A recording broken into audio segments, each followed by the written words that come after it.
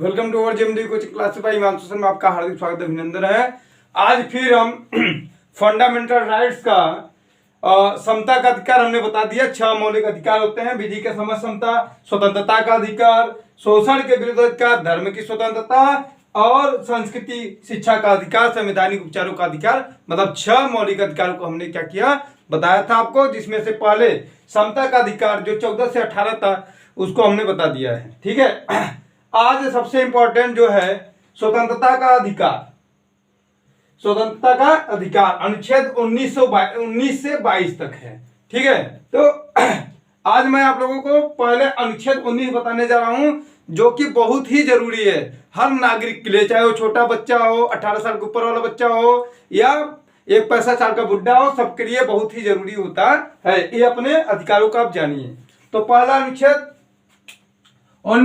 अनुच्छेद 19 में पहला जो अधिकारों को मिला है विचार एवं अभिव्यक्ति की स्वतंत्रता। कहने का आशय यह है कि इसी के अकॉर्डिंग, इसी के वजह से हम किसी भी मतलब चाहे जिस भी कैटेगरी के हों, हम अपने प्रधानमंत्री में भी सवाल उठा देते हैं कि प्रधानमंत्री जी ये गलत कर रहे हैं, वो गलत कर रहे हैं। ठीक है, तो हमारा यही लोकतंत्र की यही खूबसूरती है, हमारे संविधान की यही खूबसूरती है जो कि बाबा साहब भीमराव अम्बेडकर हमको देके गए हैं। तो देखिए, विचार एवं व्यक्ति की स्वतंत्रता, आप अपने विचार प्रकट कर सकते हैं, अपनी अभिव्यक्ति दे सकते हैं, लोगों को बता सकते हैं कि क्या गलत हो रहा है, क्या सही हो रहा है। ठीक है, लेकिन उससे देश की अखंडता, संप्रभुता, एकता, इन चीजों पे कोई इफेक्ट नहीं पड़ना चाहिए। देश को तोड़ने की बात आप नहीं कर सकते हैं, आपको बोलने की आजादी है, लेकिन किसी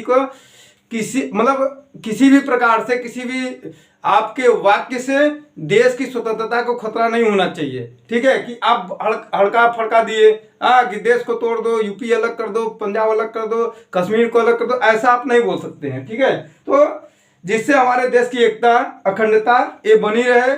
ठीक है, और किसी के व्यक्तिगत किसी के ऊपर कोई भी अशब्द का प्रयोग हम नहीं कर सकते हैं। ठीक है, और अभिव्यक्ति की स्वतंत्रता आपकी वहीं समाप्त हो जाएगी जहां से आपकी अभिव्यक्ति की वजह से देश में अराजकता का माहौल बन जाए। ठीक है, या किसी पर्सनल व्यक्ति, किसी व्यक्तिगत व्यक्ति की भावनाओं को ठेस पहुंचे, तो वहां आपकी जो ये विचार में व्यक्ति की स्वतंत्रता है वो समाप्त हो जाएगी और वहां आपको दंडित किया जाएगा न्यायालय के द्वारा। ठीक है, अब आप जब बातचीत कर लिए, बात अपना प्रेजेंटेशन दिए, आपके बातों को अच्छा लगा लोगों को, तो आप क्या कर सकते हैं, शांतिपूर्ण तरीके से इकट्ठा होने की स्वतंत्रता। कहने का आशय यह है कि अगर आप अपनी बातों को कुछ लोगों को बताना चाहते हैं तो आप शांतिपूर्ण तरीके से इकट्ठा हो सकते हैं, लोगों को इकट्ठा कर सकते हैं, अपने बातों को, अपने विचारों को आप रख सकते हैं, सरकार की नीतियों का भी आलोचना कर सकते हैं, लेकिन एक दायरे में। ठीक है, और शांतिपूर्ण तरीके से इकट्ठा होकर के इन सब बातों पे डिस्कशन कर सकते हैं, अपनी बातों को बता सकते हैं। अब मान लीजिए आपकी बातों को लोगों ने सुना, उनको आपके विचार बहुत ही अच्छे लगे, आपसे वो आपके अनुयायी बनना चाहते हैं। ठीक है, तो संगठन या सहकारी समिति बनाने की स्वतंत्रता में आपको 19(3) में, अनुच्छेद 19(3) में आपको ये स्वतंत्रता दे दी जाएगी कि देखिए क्या कर सकते हैं, आपके विचारों को मानने वालों का एक संगठन बना सकते हैं। ठीक है, भारत में अब देखिए चौथा जो है, भारत में कहीं भी आने जाने की स्वतंत्रता, और भारतीय अनुच्छेद 19(4) में यह हमको अधिकार है कि भारत में हम कहीं भी आ जा सकते हैं। लेकिन एक बात ध्यान रखिएगा कि जनजातीय क्षेत्रों में ऐसा आप नहीं कर सकते हैं, यहां आपको आने जाने की पूरी स्वतंत्रता नहीं रहेगी। तो देखिए, भारत में कहीं भी आने जाने की स्वतंत्रता है आपको, कहीं भी आप, अब बनारस से, मान लीजिए हम बनारस के हैं, अब हम चाहें तो जम्मू कश्मीर में भी जा सकते हैं, वहां घूम फिर सकते हैं, विचर सकते हैं, सारा कुछ देख सकते हैं, कोई दिक्कत नहीं, कोई हमको बोलने वाला नहीं है। ठीक है, हमें ये हमारा मौलिक अधिकार है, 19(4) में हमको ये दिया गया है। लेकिन अब पता चला वहां जाने की स्वतंत्रता दे दी गई है, अब वहां इंस्ट्रक्शन पे कह दिया गया कि बॉर्डर पार, मतलब बॉर्डर को ढक करके आपको नहीं जाना है। अब पता चला बॉर्डर ढक गए, तो वहां आपको क्या होगा, आप तो फिर गए। ठीक है, तो भाई ऐसा स्वतंत्रता है कि मतलब भारत में ही अलाउ है, बात किसी में डाकेंगे तो फिर दिक्कत होगी। ठीक है, और जनजातीय क्षेत्र में आप नहीं जा सकते हैं। ठीक है, अगर जहां तक सरकार ने कहा है सैनिक बता दिए, आपको वहां के सुरक्षाकर्मी बता दिए, बस इतना तक जाना है, बस उसी को फॉलो करिए।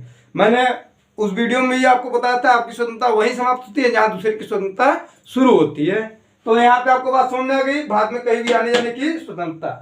ठीक है, भारत में कहीं भी निवास करने की स्वतंत्रता। अब मान लीजिए हम कहीं पहुंच गए, मान लीजिए हमको अच्छा लगा दिल्ली मुखर्जी नगर, बढ़िया भाई, शिक्षा का हब है, ठीक है, मैं वहां रहने की मुझे इच्छा हुई तो मैं वहां रूम लेकर के रह सकता हूँ। फिर कुछ समय बाद मैं वहां क्या कर सकता हूँ, वहां पे अपना घर बार बना सकता हूँ, कोई दिक्कत नहीं, वहां पे जमीन मैं खरीद सकता हूँ। ठीक है, मतलब संपत्ति खरीदने का भी अधिकार 19/6 में दिया गया था, लेकिन 44वें संविधान संशोधन के द्वारा उसे हटा दिया गया है। तो भैया अब देखिए, सबसे अच्छा ये है, पहले आप अपने विचारों को रखिए किसी के सामने, ठीक है, फिर शांतिपूर्ण तरीके से सब इकट्ठा हो जाएंगे, ठीक है, उससे आप अपना संगठन बना लीजिए। फिर हमको अधिकार 19 में दिया गया है कि भाई आप भारत में कहीं भी घूम फिर सकते हैं, कोई दिक्कत नहीं है, घूमिए। ठीक, उसके बाद अनुच्छेद 19(5) में कहा गया भारत में कहीं भी आप निवास कर सकते हैं, उसके लिए आप स्वतंत्र हैं। और 19(6) में कहा है अपनी आजीविका चलाने के लिए कोई भी कारोबार करने की स्वतंत्रता। मतलब क्या है कि हमारे जो समाज में है बड़ी ही कुरीतियां इसमें फैली हुई थी, पिछले समय में भी बहुत ज्यादा थी, अभी भी कुछ ऐसा है ग्रामीण अंचल में कि हम अपना आजीविका चलाना चाहते हैं, हम पढ़े लिखे नहीं हैं, अशिक्षित हैं, तो हम अगर सवर्ण के बच्चे हैं या किसी जाति विशेष के बच्चे हैं, उच्च जाति के बच्चे हैं, तो हम अपने गांव में सब्जी वब्जी नहीं बेच सकते। सब्जी बेचने पे लोगों के द्वारा बहुत सारे उलाहने दी जाएंगे, ताने मारे जाएंगे, या हम मोची का काम नहीं कर सकते हैं। तो ऐसा कुछ नहीं है, ठीक है, आप कर सकते हैं, उसके लिए आपको कोई आपके ऊपर कोई ब्लेम नहीं कर सकता है, आपको कोई हरासमेंट उसके लिए नहीं कर सकता है, क्योंकि वो देखिए यहाँ पे अनुच्छेद 19(6) में हमको दिया गया है अपनी आजीविका चलाने के लिए कोई भी कारोबार करने की स्वतंत्रता हमको है, हम कुछ भी कर सकते हैं, कोई हमको बोल नहीं सकता, बस वो कानून के विरुद्ध वो काम न रहे। ठीक है, तो अपनी आजीविका चलाने के लिए कोई भी कारोबार आप कर सकते हैं। और देखिए अनुच्छेद 19 पे इतना हो गया, कोई दिक्कत यहाँ पे नहीं। 19 के बाद आइए 20 पे देखते हैं। अनुच्छेद 20, 19 में 6 अधिकार, अब 20 में देखिए 3 दिए हैं। देखिए पहला, कानून के उल्लंघन पर ही दंडित किया जा सकता है। ठीक है, 20 में बहुत ही अच्छा चीज दिया है कि भाई देखिए आप अगर गलती करते हैं तभी आपको, अगर कानून के नजर में आप कुछ गलत किए हैं तभी आपको दंडित किया जा सकता है। ठीक है, और अन्यथा ऐसे नहीं, कोई व्यक्ति विशेष आपको दंडित नहीं करेगा, न्यायालय ही आपको दंडित कर सकता है। ठीक है, किसी व्यक्ति को एक ही अपराध के लिए 2 बार दंडित नहीं किया जा सकता है। दूसरा पॉइंट बहुत ही इंपॉर्टेंट, देखिए किसी व्यक्ति को एक ही अपराध के लिए दोबारा दंडित नहीं किया जा सकता है। मतलब मान लीजिए कोई हमसे गलती हो गई, ठीक है, मान लीजिए ग्रामीण अंचल है, कभी कभी झगड़ा मारपीट हो जाता है जमीन उमीन को लेकर के, मान लीजिए किसी का सर फूट गया, ठीक है, किसी का सर फूट गया तो अभी हमारे ऊपर क्या हो गया, केस हो गया, आज तुरंत हम चले गए जेल, तो एक बार सिर्फ इस सजा के लिए मुझे एक बार ही दंड मिलेगा, न कि फिर आए तो फिर आप उसके उस जुर्म में मुझे फिर आप अंदर नहीं कर सकते हैं। मतलब किसी व्यक्ति को एक अपराध के लिए एक ही बार सजा मिलेगी, न कि दोबारा। जैसे कि एक पिक्चर था जिसमें अमिताभ बच्चन थे और कोई विलन थे, तो किसी विलन को अमिताभ बच्चन जी ने मार दिया था। ठीक है, तो मतलब झूठे केस में उनको फंसाया गया कि आपने उनको मार दिया इसलिए आपको क्या कर दिया, उम्र कैद की सजा दे दी गई। ठीक है, अमिताभ बच्चन फिर वापस आते हैं जेल से, तो वो पाते हैं कि वो विलन जिसको उन्होंने मारा था वो तो मतलब अभी जिंदा है। ठीक है, तो उन्होंने क्या किया, जा करके फिर विलन को मार दिया और पुलिस पकड़ के लेके गई। न्यायालय में जब पहुंचे तो उन्होंने मतलब कि वकीलों ने सब अपना किया, तो फिर जज ने पूछा ऐसा तुमने क्यों किया, तो उन्होंने कहा सरकार ऐसा है कि जिस जुर्म में आप मुझे सजा देना चाहते हैं वो उसकी सजा में क्या कर चुका हूँ, भोग चुका हूँ। ठीक है, उसकी सजा मैं पा चुका हूँ ऑलरेडी, उसके जुर्म में, उसके मृत्यु के जुर्म में मैं ऑलरेडी क्या जेल जा चुका हूँ। ठीक है, तो भैया क्या किसी व्यक्ति को एक ही अपराध के लिए दोबारा दंडित नहीं किया जा सकता है। तीसरा, किसी व्यक्ति को अपने विरुद्ध ही गवाही या सबूत देने के लिए बाध्य नहीं किया जा सकता है। देखिए, एक बहुत ही इंपॉर्टेंट चीज है। मान लीजिए आपको पुलिस पकड़ के किसी जुर्म में ले गई, ठीक है, आपने वो जुर्म नहीं किया है या किया भी है, तो जब पुलिस आपको ले जाती है थाने में और मारपीट करके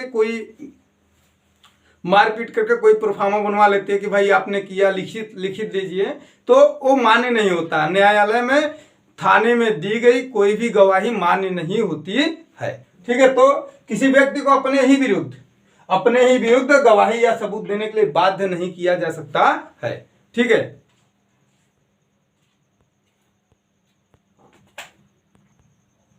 है, तो कल हम 21 और 22 पे डिस्कस करेंगे। ठीक है, ये थोड़ा सा लंबा है लेकिन ये बहुत इंपॉर्टेंट चीज है। ये हर नागरिक को जानने का अधिकार है कि उसका मौलिक अधिकार क्या है। ठीक है, तो मिलते हैं कल नेक्स्ट वीडियो में और भी अधिक ऊर्जा और जोश के साथ। और वीडियो को पूरा देखिए, लाइक करिए, शेयर करिए, कमेंट करिए, और कोई भी दिक्कत हो तो आप हमारे फ़ोन नंबर दिए गए हैं चैनल पे, उस पर आप फ़ोन करके हमसे कॉल करके भी डिस्कस कर सकते हैं। ठीक है, जय हिंद।